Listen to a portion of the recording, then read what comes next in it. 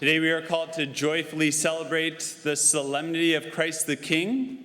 But as I shared last year, I can't help but feel like once again, for so many people, today marks the end of not a joyful celebration of Christ the King, but sadness of a different type of king, of COVID the King.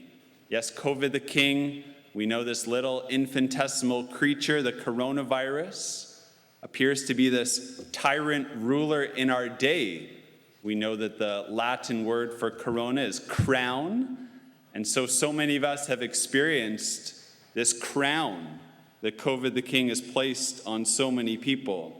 A crown of sickness and death for many, a crown of fear and anxiety on pretty well everyone has experienced this. And although we have done our best to create a vaccine and taken extreme measures, like every single one of you have a face mask on, it appears like COVID the King is still ruling this day.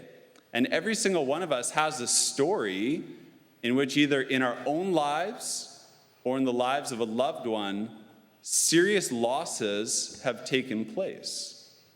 But I stand here today in the name of the Lord, and I refuse to allow COVID the King to rule in my life, and I don't want him to rule in your life either.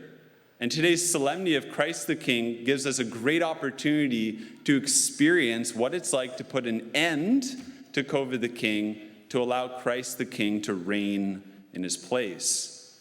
In today's second reading, we hear from the book of Revelation. And I absolutely love the book of Revelation because it reveals to us the end of the story. It reveals to us the end of actually the story of all of history. It's like the biggest spoiler alert ever, the book of Revelation. All you have to do is to read the last book of the Bible and you hear what's going to happen. And so as we heard, what do we see? We see Jesus as King of heaven and earth, as ruler of all the kings, that all glory and dominion forever and ever are given to him. And he sits on his eternal throne and he says, I have made all things new. All sickness, all suffering, all death is ended forever. That is the end of the story. Jesus Christ rules as King forever. That is not something I'm optimistic about. No, that is a truth that every single person in heaven is experiencing right now. And so when we know the end of the story, it changes the entire story. The end of the story changes everything. When you know the end of the book of the Bible, every single page in the Bible can be read in light of the ending. For example, I'm reading The Lord of the Rings right now. And I know the end of the story. But right now, I'm in the first book, The Fellowship of the Ring. And there's these Black Riders, these really evil servants of Dark Lord Sauron.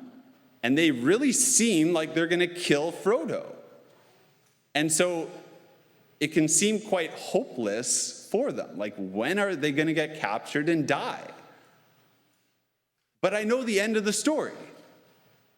And so I have hope that I know what's actually going to take place. And so it provides a certain sense of joy to actually see how Frodo and Sam and all of them get out of trouble and they make it to the end.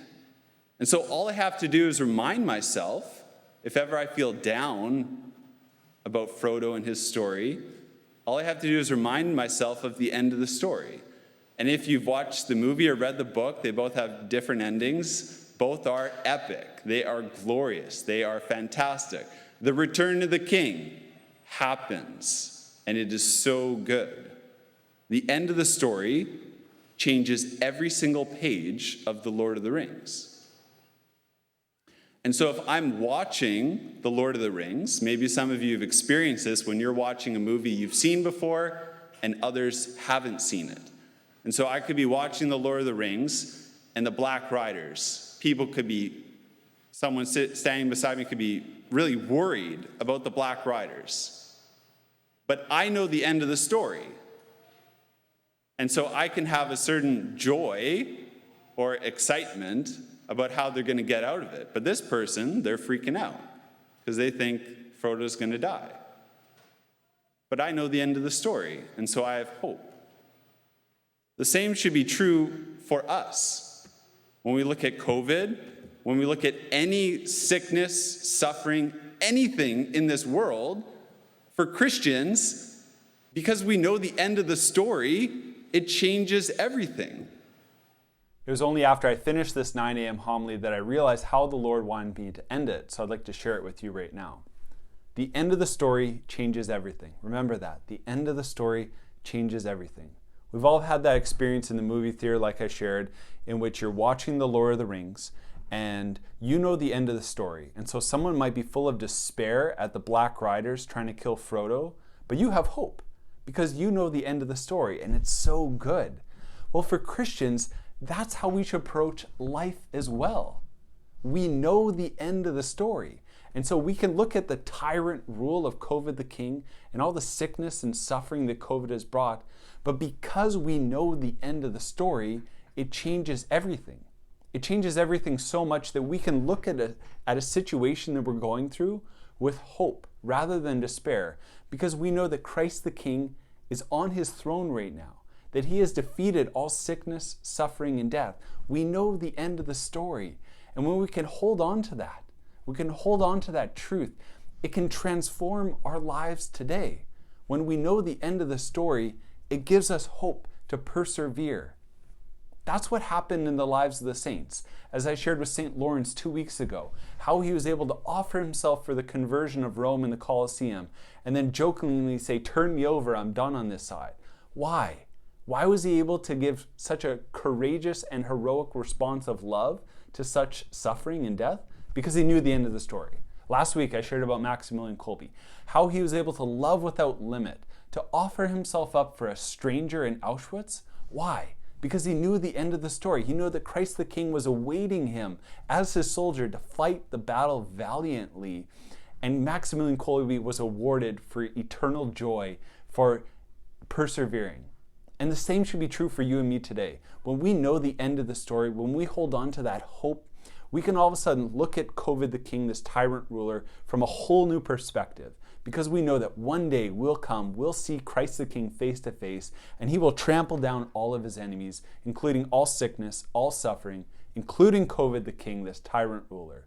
And so, brothers and sisters, today we need to live with hope. We need to live with the reality that we know the end of the story. And may this truth transform our lives today. God bless.